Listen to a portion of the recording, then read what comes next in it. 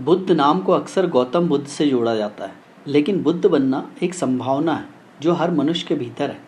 नमस्कार दोस्तों, मैं आपका दोस्त, आपको आपसे मिलवाने वाला, आपकी सोच को जगाने वाला, आपका वैचारिक हमसफ़र देवरत्न। दोस्तों, आज हम आप में, मुझ में, हम सब में छुपी बुद्ध होने की संभावनाओं को जानेंगे। साथ ही ये भी जानेंगे कि कौन सी वह वजह है जिसकी वजह से हम अपने जीवन में बुद्ध होने से चूक जाते हैं। तो चलिए शुरू करते हैं। बुद्ध का अस्तित्व मन, विचार, भावनाओं से परे होता है। मन से परे जाना ही मन की सभी परेशानियों से मुक्ति का एकमात्र तरीका है। आध्यात्मिक रास्ते पर विकास करने वाला व्यक्ति गौतम बुद्ध को अनदेखी नहीं कर सकता, क्योंकि उनकी उपस्थिति बहुत असरदार बन गई है। उनके अपने जीवन में 40,000 भिक्षु बाहर जाकर उनके ज्ञान और आध्यात्मिक प्रक्रिया को फैला रहे थे। दोस्तों, ध्यान रखिए, जिसे आप मैं समझते हैं वह बस उन चीज़ों का एक मिश्रण है जो आपने बाहर से इकट्ठा की है। गौतम ने अपनी शांतिपूर्ण तरीके से दुनिया को हमेशा के लिए बदल दिया। वह पृथ्वी के सबसे महान आध्यात्मिक लहरों में से एक रहे हैं। योग संस्कृति में बुद्ध पूर्णिमा का दिन हमेशा से महत्वपूर्ण रहा है और किसी भी आध्यात्मिक जिज्ञासु के लिए यह बहुत शुभ दिन रहा है। अब गौतम बुद्ध के सम्मान में इस दिन का नाम उनके नाम पर रख दिया गया है। 2500 साल पहले इसी पूर्णिमा को एक आदमी एक जीव के रूप में विकसित हुआ था। आप भी बुद्ध बन सकते हैं। हालांकि लोग आमतौर पर बुद्ध शब्द को गौतम के साथ जोड़ देते हैं, मगर यह इकलौता बुद्ध नहीं है। इस धरती पर हजारों बुद्ध हुए हैं और अब भी हैं। बु का अर्थ है बुद्धि। जो अपनी बुद्धि से ऊपर उठ चुका है, जो अपने मन या दिमाग का हिस्सा नहीं है, वह बुद्ध है। फिलहाल ज़्यादातर लोग बस विचारों, भावनाओं, मतों और पूर्वाग्रहों की एक गठरी है। जिसे आप मैं समझते हैं वह बस उन चीज़ों का एक मिश्रण है जो आपने बाहर से इकट्ठा की है। जैसी भी स्थितियां आपके सामने आई, आपने उसी तरह की व्यर्थ बातें अपने दिमाग में जमा कर ली। आपका दिमाग समाज का कूड़ेदान है, क्योंकि आप चुन नहीं सकते कि आपको क्या ग्रहण करना है और क्या नहीं। जो भी उस रास्ते से गुजरता है, आपके दिमाग में कुछ न कुछ फेंक जाता है। आप चाहे तो इस बकवास को दिव्यता की तरह सुरक्षित रख सकते हैं, मगर वह कोई दिव्यता नहीं बन जाएगा। यह बस एक साधारण सा दिमाग है। जीवन का अनुभव करने और जिसे आप मन कहते हैं, उस प्रक्रिया से परे जाने का एक और तरीका है।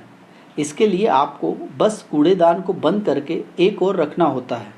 मन बहुत अद्भुत चीज़ है, लेकिन यदि आप उसमें अटक गए तो वह आपको लगातार छलता रहेगा। अगर आप मन में अटके रहने वाले इंसान हैं तो आप लगातार दुखी रहेंगे। आप इससे बच नहीं सकते। आप कष्ट या पीड़ा से बच नहीं सकते। हो सकता है कि सूर्यास्त देखते समय वह आपको इतना खूबसूरत लगे कि आप सब कुछ भूल जाएं, मगर आपका दुख किसी पूछ की तरह आपके ठीक पीछे खड़ा होगा। आप जैसे ही मुड़कर देखेंगे वह आपके पीछे लग जाएगा।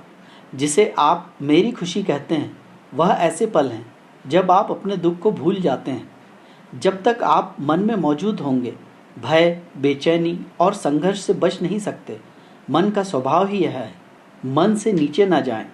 लोग मन की यातना को नहीं झेल पाते, इसलिए उन्होंने समाज में मन के नीचे जाने के कई तरीके गढ़ लिए हैं।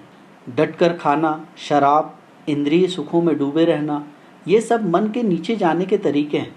मन बहुत अद्भुत चीज़ है, लेकिन यदि आप उसमें अटक गए तो वह लगातार आपको छलता रहेगा। अगर आप मन में अटके रहने वाले इंसान हैं तो आप लगातार दुखी रहेंगे। आप इससे बच नहीं सकते।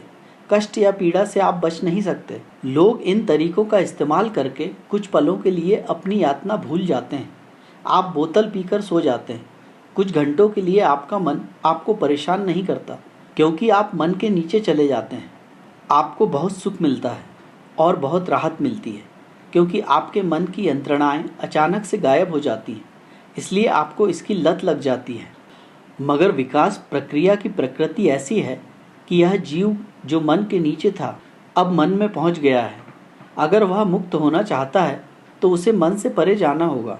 विकास प्रक्रिया में पीछे जाने जैसी कोई चीज़ नहीं होती। अगर आप किसी रसायन का इस्तेमाल करके मन के नीचे जाते हैं तो आप देखेंगे कि जीवन की सच्चाई हमेशा ज़्यादा तीव्रता से तब आपके सामने आती है जब उस रसायन का असर समाप्त हो जाता है। हमेशा ऐसा ही होता है।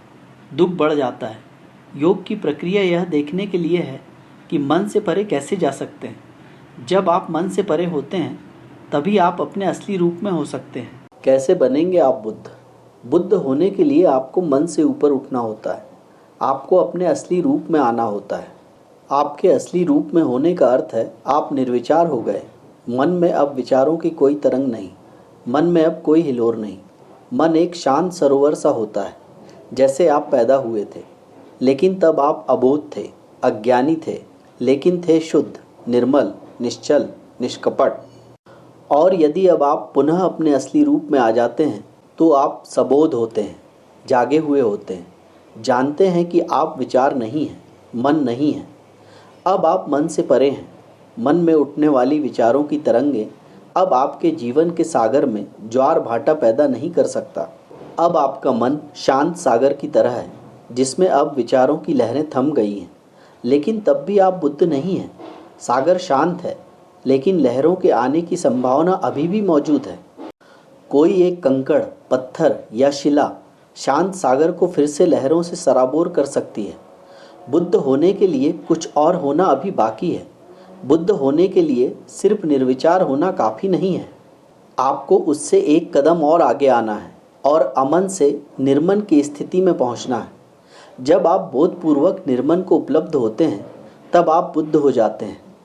अब आप मन से परे होते हैं, अमन होते हैं। अब आपके जीवन रूपी सागर को कोई कंकड़, पत्थर, हवा का झोंका कुछ भी अशांत नहीं कर सकता। कोई कारण आपके जीवन रूपी सागर में अब तनिक भी हलचल पैदा नहीं कर सकता। अब आप हर घटना को बोधपूर्वक देखते हैं, लेकिन उससे अछूते रहते हैं। कोई आपको अब विचलित नहीं कर सकता।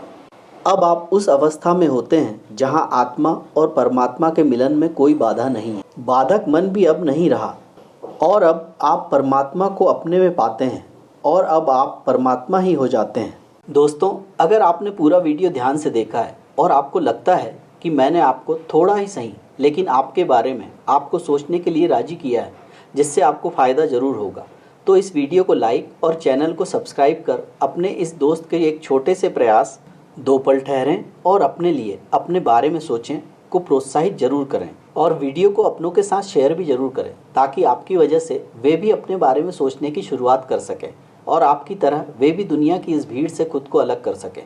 और हाँ, बेल आइकन को दबाना न भूलें, ताकि आपके दोस्त आपको आपसे मिलाने वाले, आपकी सोच को जगाने वाले, आपके वैचारिक हमसफ़र के विचारों की पहली खनक आप तक सबसे पहले पहुंच सके। दोस्तों, आपसे एक पर्सनल गुजारिश है, अपने इस दोस्त पर अपना प्यार और आशीर्वाद हमेशा ऐसे ही बनाए रखना। धन्यवाद। Thank you for watching. Please like and subscribe our channel and press the bell icon for upcoming updates. I pray you may always be healthy and happy. Thank